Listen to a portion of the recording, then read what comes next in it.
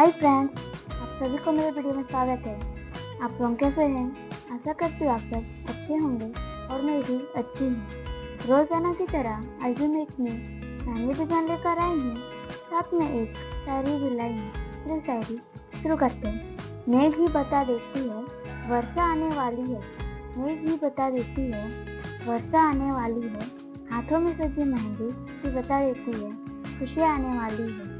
बातों बातों में सब कह दिया, कभी शायरी तो कभी मेहंदी बना दिया। सबको शुक्रिया जिसने जबात को सब्सक्राइब कर लिया। आप लोग वीडियो में बने रहे। वीडियो अच्छा लगे तो लाइक, कमेंट, शेयर और सब्सक्राइब जरूर कीजिएगा। Thank you.